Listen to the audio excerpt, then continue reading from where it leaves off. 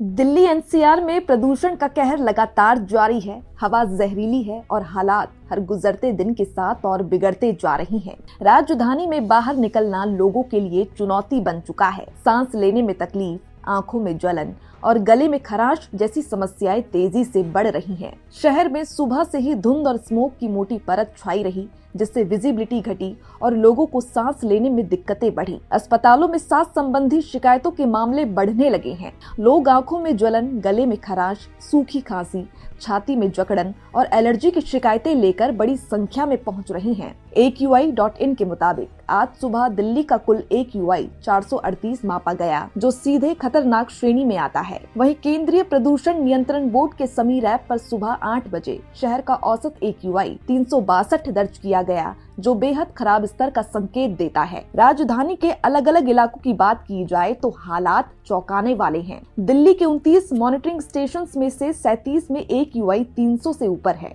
सबसे ज्यादा प्रदूषण रोहिणी में दर्ज हुआ, जहां AQI 416 रहा, जबकि आनंद विहार में 400 और जहांगीरपुरी में 399 रहा। DTU, बवाना, बुराड़ी क्रॉसिंग, चांदनी चौक, अशोक विहार, करनी सिंह, द्वारका सेक्टर 8 और ITO जैसे बड़े इलाकों में AQI 350 से 390 के बीच रहा, जो बताता है कि पूरा शहर एक तरह से प्रदूषण की लाल पट्टी में फंसा हुआ है। मंदिर मार्ग जैसे कंपैरेटिवली साफ समझे जाने वाले इलाके में भी AQI 279 रहा, जो साफ तौर पर सामान्य से बहुत खराब स्थिति दर्शाता है। इसके अलावा एनसीआर भी प्रदूषण की गिरफ्त में है।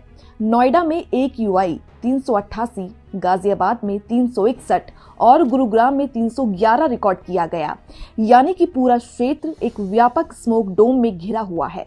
इस बीच स्थिति को लेकर चिंता इसलिए और बढ़ी कि इथियोपिया में हेली गुब्बी ज्वालामुखी के हजारों साल बाद हुए विस्फोट से उठी राख का एक विशाल बादल सोमवार की रात उत्तर पश्चिम भारत की ओर पहुंच गया। कई विशेषज्ञों को आशंका थी कि ये ज्वालामुखीय राख दिल्ली की हवा को और भी खराब कर सकती है, क्योंकि ये महीन कणों के रूप में लंबे समय तक वातावरण में बना रहता है। लेकिन मौसम विभाग ने इस आशंका को काफी हद तक खारिज किया है। IMD के डायरेक्टर जनरल M महापात्रा ने कहा कि ज्वालामुखी की राख ट्रोपोस्फियर के नीचे नहीं आई है और ऊपरी वायुमंडल में तैर रही है, इसीलिए दिल्ली के सतही वायु स्तर पर इसका कोई खास असर नहीं होगा। उन्होंने ये भी कहा कि इसके चलते केवल न्यूनतम तापमान में मामूली बढ़ोतरी देखी जा सकती है, लेकिन एयर क्वालिटी पर प्रभाव नगण्य होगा, क्योंकि हवा का प्रभाव उस स्तर पर नीचे की ओर नहीं आ रहा है। ऐसे में दिल्ली की हवा में जो भारी गिरावट दर्ज हो रही है, वो मुख्य रूप से स्थानीय कारकों जैसे कि वाहन उत्सर्जन, औद्योगिक धुआं,